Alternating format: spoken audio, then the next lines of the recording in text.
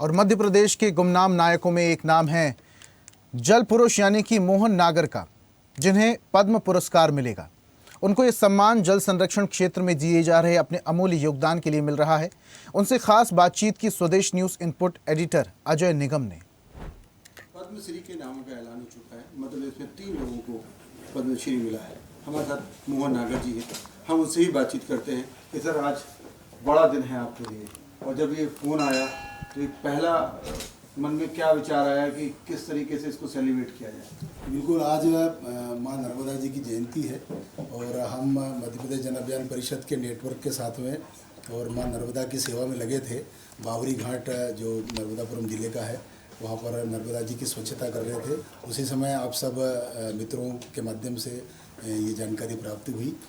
देश के प्रधानमंत्री नरेंद्र मोदी जी, भारत सरकार के द्वारा जो पुरस्कार का इस प्रकार की सूचना मिली है, मैं उससे अभिभूत हूँ और गौरवान्वित महसूस कर रहा हूँ कि जो काम हम कर रहे हैं वास्तव में वो सही दिशा में काम कर रहे हैं। यह पुरस्कार की घोषणा उसी का एक सूचक है।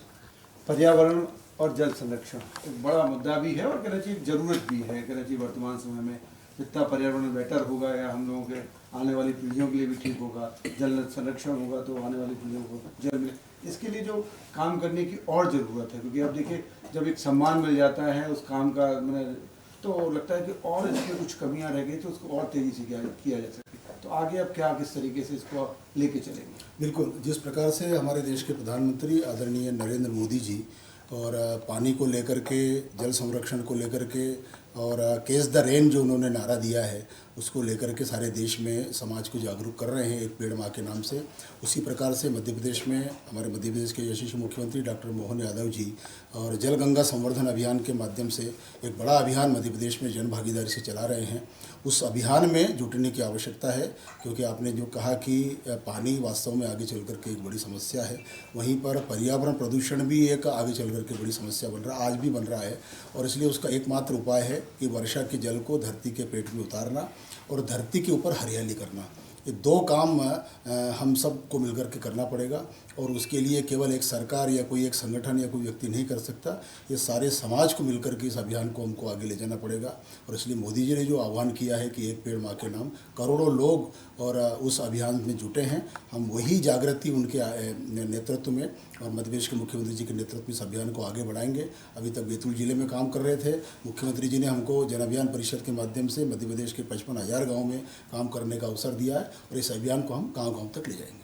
पर्यावरण के लिए जन अभियान की जरूरत है, क्योंकि लगता है कि सरकारें काम करती हैं, आप लोग भी काम करते हैं, लेकिन जब तक जन आंदोलन ना हो, लोग उससे जुड़े नहीं, उसको जोड़ने के लिए कोई फार्मूला तैयार किया होगा उन्होंने, क्या लोगों को जोड़ा जाए? जी बिल्कुल बिल्कुल, हमने और पहले तो हम गांव-गांव में हमने पदयात्रा की थी, उसके माध्यम से लोगों को जागरूक किया।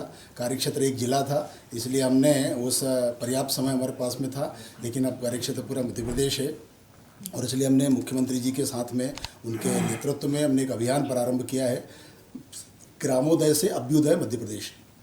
इस पूरे अभियान में पर्यावरण संरक्षण है, जल संरक्षण है, ग्राम स्वच्छता है और गांव की पुरानी जितनी हमारी और विरासत है उस विरासतों को सहेजने का काम जो है वो हम इस अभियान के माध्यम से कर रहे हैं। तो निश्चित रूप से एक बड़ी चुनौती है कि आम गांव के व्यक्ति को इस अभियान से जोड़ना और जन भागीदारी के माध्यम से इस समस्या से बिल्कुल निजात हम पा सकते हैं। जब आपके पास फ़ोन आया था, अपने पास कभी कोई अच्छा फ़ोन आता है तो अपन भगवान का शुक्रिया करते हैं, हे भगवान, अरे वाह।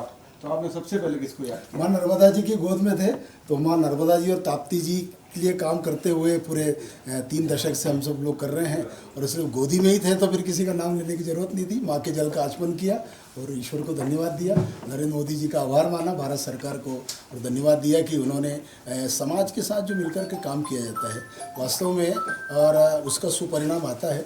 बैतूल का जो आदिवासी समाज है, जनजातीय समाज है, उसको साथ लेकर के उस सीख करके और हमने पूरे अभियान गंगावतरण अभियान को और एक चुनौती के रूप में लिया और वहाँ की पहाड़ियों को हरा भरा करने का काम किया, अनेक गांवों को जलयुक्त बनाने का काम किया, गांव के विकास में और गांव के लोग कैसे भागीदार बनते हैं इसको लेकर के काम जो बैतूल ज़िले में किया है वो वास्तव में और सबके लिए बैतूल के जनजातीय समाज ने जो काम किया वो पूरे देश के लिए अनुकरणीय है। अब बैतूल शहर जो है दूसरे मध्य प्रदेश के दूसरे शहरों को, जिलों को मैसेज देगा किस तरीके से मैसेज देगा, कैसे सभी जिलों को जोड़ेगा?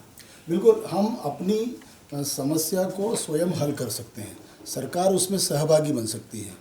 और इसलिए जिस गांव के लोग जागरूक हो जाते हैं, संगठित हो जाते हैं, अपने गांव के विकास के लिए खड़े हो जाते हैं, वहाँ सरकार की सभी प्रकार की योजनाओं का क्रियान्वयन बहुत तेज़ी से होता है और उसका विकास होता है। बैतूल के अनेक गांव जो है, बाचा गांव उसका एक उदाहरण है कि कैसे एक जनजातीय गांव ने और अपने गांव के लोगों ने मिलकर के उस गांव का विकास किया है। गांव को स्वच्छ बनाया, गांव को जलयुक्त गांव बनाया, गांव को जो है वो सोलर विलेज बनाया, गांव को उन्होंने पर्यटन गांव बनाया। अभी सारे देश भर के हज़ारों लोग वहाँ पर और पर्यटन की दृष्टि से देखने के लिए उस गाँव को आ रहे हैं। तो गाँव के लोग मिलकर के अपने गाँव को खड़ा कर सकते हैं। ये उस बैतूल के अनेक गाँव इसका एक उदाहरण है। बिल्कुल साफ है। देखिए, पद्मश्री मिलने के बाद ये रुकेंगे नहीं, ठहरेंगे नहीं। और ये जो अभियान इनका चला हुआ है जल संरक्षण और पर्यावरण को, ये पूरे प्रदेश में भी आने वाले दिनों में दिखाई देगा। न केवल कह सकते हैं कि मध्य प्रदेश में, बल्कि अब पूरे देश में भी दिखाई देगा। कैमरामैन रणवीर के साथ अजय निगम, भोपाल। पद्मश्री के नामों का ऐलान। और ऐसी ही ताजा खबरों के लिए लाइक, फॉलो और यूट्यूब पर सब्सक्राइब कर बेल आइकन जरूर दबाइए। और हर अपडेट के लिए विजिट कीजिए स्वदेशलाइव.com।